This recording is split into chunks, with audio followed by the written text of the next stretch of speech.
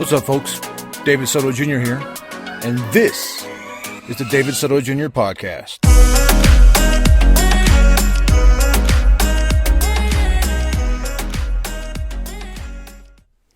What's up, folks? Welcome to episode 53 of the David Soto Jr. podcast. I am your host, David Soto Jr. Oh, okay. So much to talk about, really, but I'm going to isolate it to a topic it's kind of been on my mind. I kind of was going to write about it or podcast about it for a while. And then I was hit with another perspective. And so I think I'm going to cover it. And what today I'm going to talk about is, are people too sensitive these days? This is something that I hear constantly. You hear it on social media. You hear it in person. People are too damn sensitive. The answer to this question is yes and no. Yes, people are being too sensitive, and no, they're not. And so what I'm going to do is break it down into two subcategories here. The no. So, no, people are not being too sensitive. What it is that they're doing is not putting up with your shit. Not allowing you to call them ethnic slurs, or not allowing you to call them the F word used for gay males. They're not allowing you to say that things are use the word gay in a negative term, as if that's something negative. To be gay is something like people are calling you out. They're tired of your shit. They're tired of being mistreated. So when you say people are being too sensitive, is it because you just want to be an abusive dick? You want to call people the N-word? You want to call people names? I just don't get it when you say people are being too sensitive. Now, I covered this topic in episode 48, what is white privilege, because I started to understand it, how I, as a large male human, would think people were being a little too sensitive about safety in the city that I love, Guanajuato, Mexico. And I realized that although it's not related to race, it's not related to sexual assault, it's not related to the equal rights to women and LGBTQ people, our community, but it is a small form of privilege and of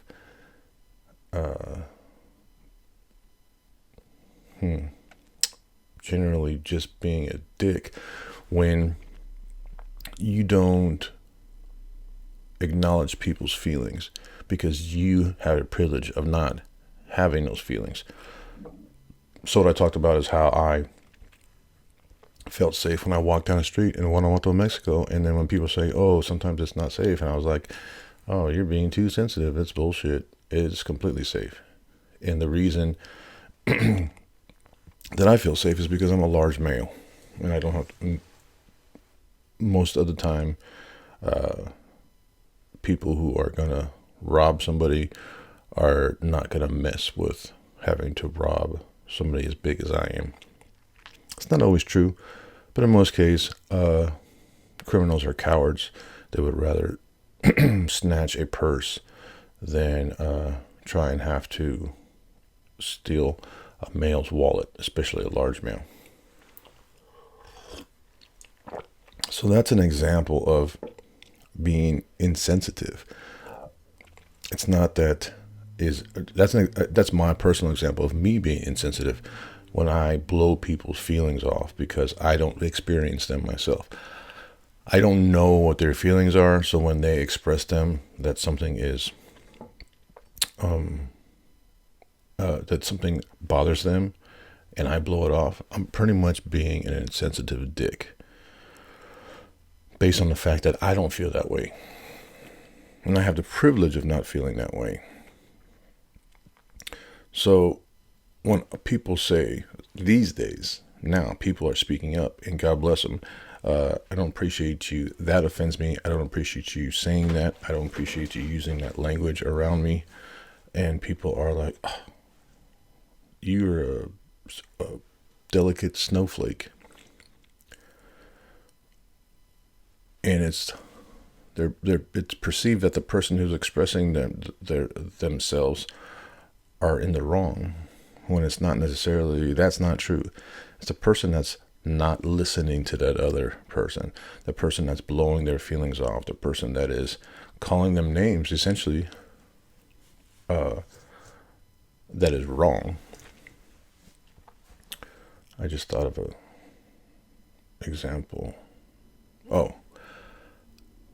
For males, and this is where like the Me Too thing comes up, is for males, for me to be rejected by a woman that you're hitting on, or even complimenting, like out in public. Like I personally have experienced this point where, like, hey, you're good looking, what do you think? And this woman, and a woman would say something like, no, get out of my face.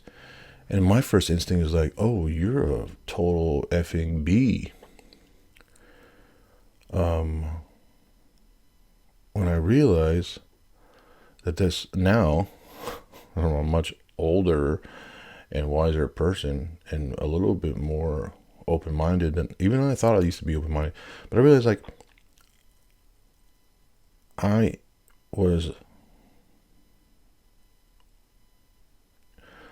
a woman expresses herself that she does not interested and doesn't want to be approached, doesn't want to be hit on, and then I automatically think like, oh, something's wrong with you. Like, I'm a gentleman, I'm just complimenting you, blah blah blah. Well, that woman or person has a right to say, get the fuck out of my face. I don't want to be bothered by your compliments. I don't want to be harassed by you. I don't feel safe. Are you approaching me? I don't feel that. Whatever that person feels, they're entitled to feel. And me, in those cases that I know, I get defensive and start calling them, or thinking that they are effing bees. And I now realize that that's wrong, and that's what other people are doing. Like, if I in my history, in my past, have gone to women and say, hey, you're an attractive woman, let's hook up, in more or less a sense, right? Like, sometimes you can, as a bachelor or as single people, you may meet people in the grocery store, in the library, in a bar, and you never know if that person will may want to go on a date with you.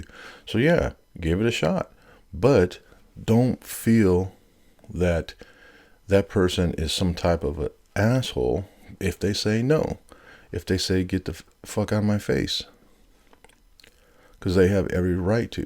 And so this is what other people are doing, right? They're getting butthurt because people are saying, no, don't treat me like that. Don't say that to me. Don't call me that. I don't appreciate that. That offends me.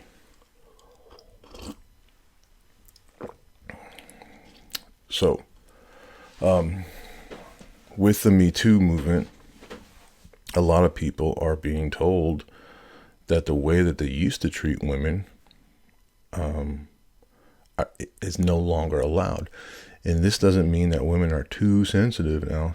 It means that they're standing up for themselves.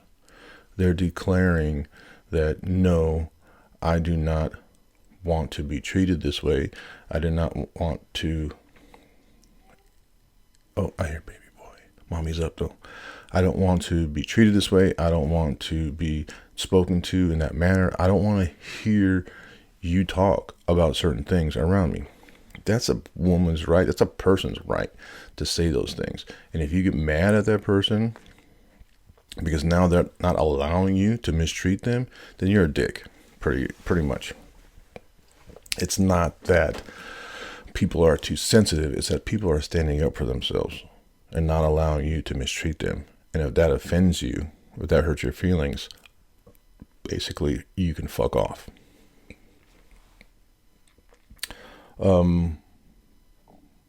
So the topic is, are people too sensitive these days? I just covered the no. They're not. They're just not tolerating your bullshit. But now, are people too sensitive these days? Yes, they are. So there's a line, and I didn't know where that line was until not too long ago, where a conversation sparked some thought, got the gears going, and I'm like, oh, you know what? People are too sensitive.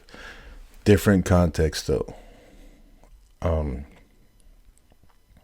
And the biggest difference is you have every right to be offended. If something offends you, you have every right, and you have every right to express that.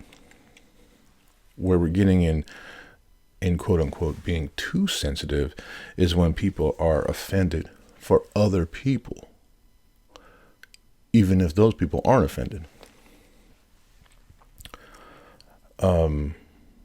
So something that sticks out to me, a couple examples. One is because I wrote a book called The Whore, Marisol Rivera.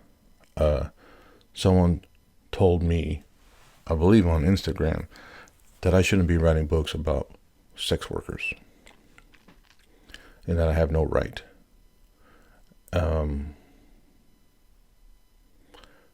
And I pretty much said, okay, whatever. Do you hear that, baby? I can write about whatever I want, whether it be good or accurate, or will people like it, or will people hate on me. I kind of don't care. But this person was not a sex worker. It wasn't like I was offending her, and she hadn't even read my book. Marisol Rivera is a virgin prostitute. It's magical realism. Like, please criticize me after you read my book, not just because I have a title that says the word whore in it. You should actually read it in order to understand why the subtitle is a story of a virgin prostitute. Anyways, it's silly. It's magical realism. It's pretend. I am not representing. It takes place in a fictional time. Like, I didn't know what time of the 1930s, 1940s is when I wrote it, or when it takes place. Anyways, so that's when I was like, wow, this is kind of odd that this offends you. I didn't care what she thought, and I never heard from that person ever again. Another example is, during the screening of Black Panther, somebody who's sitting next to Lawrence Fishburne tweeted, it's like, oh my God, this movie's so good. Lawrence Fishburne can't stop saying it. Or something like, a scene is good when Lawrence Fishburne's like, oh shit. And somebody tweeted at that person saying, you can't say that Lawrence Fishburne says, oh shit, without his permission. This is offensive and blah, blah, blah. And then Lawrence Fishburne later tweeted, what the fuck are you talking about? You see, someone got offended for Lawrence Fishburne and then went and defended him. And Lawrence Fishburne essentially said, what the fuck are you talking about? I'm not offended. And this is what's going on, is people are defending people who essentially don't want to be defended. Don't need it, don't want it. The one that caught my attention, or really made me establish what is going on, is recently someone told me that they took down an Instagram post because they had a shirt. She had a shirt that said BOI on it for boy. Now, I didn't know this, but boy is for masculine identifying LGBTQ people. So, which is totally awesome. Like that totally makes sense. Like you're a masculine gay woman and you don't want to be a man. You don't want to be identified as a man or be called a man or anything, but you do want to identify as being masculine. So they came up with a word, BOI, boy. Fucking awesome. Makes sense. And go with it. Like, who does that offend? Like, I'm a male. I have a boy. I was once a boy. Like, you're not offending me. And I don't find it that offensive at all. I find it actually kind of cool that they found something that helps identify them and describe them for who they are, and they can express themselves. They found a word that helps them express themselves. Now, this person had a picture of her wearing something, a t-shirt that said boy on it. Someone saw this picture and then told a friend of hers to relay a message because they weren't friends on Instagram, and said something like, you might want to let your friend know that the origin of the word boy was from African American people and that it's offensive for white people to use it. And I would have told this person to mind your own goddamn business. You do not get to represent people who you are not a part of. I hear a baby on the other side of the wall. He's getting his diaper changed. He just woke up. Do you understand what I'm saying? People wanted to boycott Starbucks because they weren't, because they were willing to hire immigrants. And somebody was like, that's offensive to veterans. You should hire our veterans first. My immediate thought is, you don't get to represent me or the rest of us. We're veterans. We'll speak for ourselves. You mind your own fucking business. And that's when people are being too sensitive, is when they're expressing their perceived offense, right? They're offended because they think they are not offended. They think someone else is offended, and so they stand up for that person when that person or group of people did not ask for their representation. Essentially, hey, that offends this people or group of people over here. Don't do that. And the group of people themselves are saying, no, it doesn't. We're totally cool with it. Shut the fuck up. And a lot of people just need to shut the fuck up. Like, yes, if something offends you, speak out about it. Speak up for, I'll say the love of God. For the love of God, or for Christ's sakes, or whatever, for Joshua's sakes.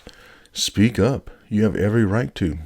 In fact, if you don't, that's kind of your problem. All right. I have been raised in different communities, and there was times where I live in Missouri now. I've lived in small town Missouri, and throughout my life, I've heard all kinds of offensive Mexican jokes. And I'm not talking about just a few years ago. I'm not talking about like decades ago, back in the day. I'm talking about present day.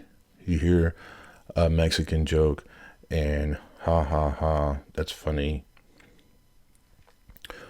And it's my right and it's my responsibility, right, to say something if that offends me. And I have. Eventually, I have said things to people, and it's ended some relationships. It Again, I have every right to be offended if a Mexican joke offends me, and I have every right to speak out against it. So does everybody else about everything else that offends them. Where I think that it's getting carried away is when you start being offended for other people who in turn aren't even offended. And I think that that's the line. I think that that's the line whether people are too sensitive these days and people aren't too sensitive these days. People aren't too sensitive because when they speak out for themselves, they have every fucking right to speak out for themselves and say, this offends me. Don't call me this. Don't talk about this around me. I don't appreciate it. Other people are being overly sensitive when they say, that could offend a certain group of people. You do not do that. You may not want to do that. They need to mind their own fucking business. And that's why I have, or do I? An entire podcast called oh, do I not?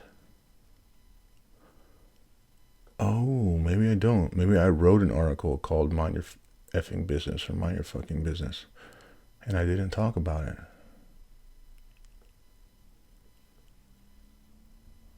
Okay.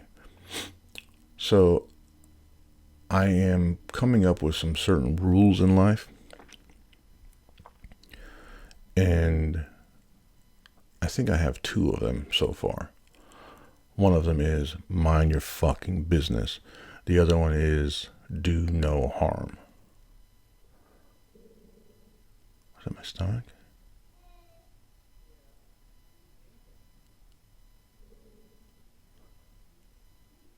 Okay. I'm sorry that I'm taking this time to look for a podcast that I thought well, maybe I should have a podcast episode about that. Mind your fucking business. Worry about you. Worry about your family, your life, your house, your car. Worry about you. Stop worrying about other people. Now, do people need help? Do people need to defend somebody or be defended at times? Yes, I think so. If you walk down the street, you see a woman being abused or mugged. Am I going to step in? Am I going to help? Yes. People hungry, they're reaching out. Should you stand up for them? People are being abused, oppressed. Should you stand up for them? Yes. I don't know where that line is. All right. But I think when it comes to being offended, I think we should just let people express their own selves.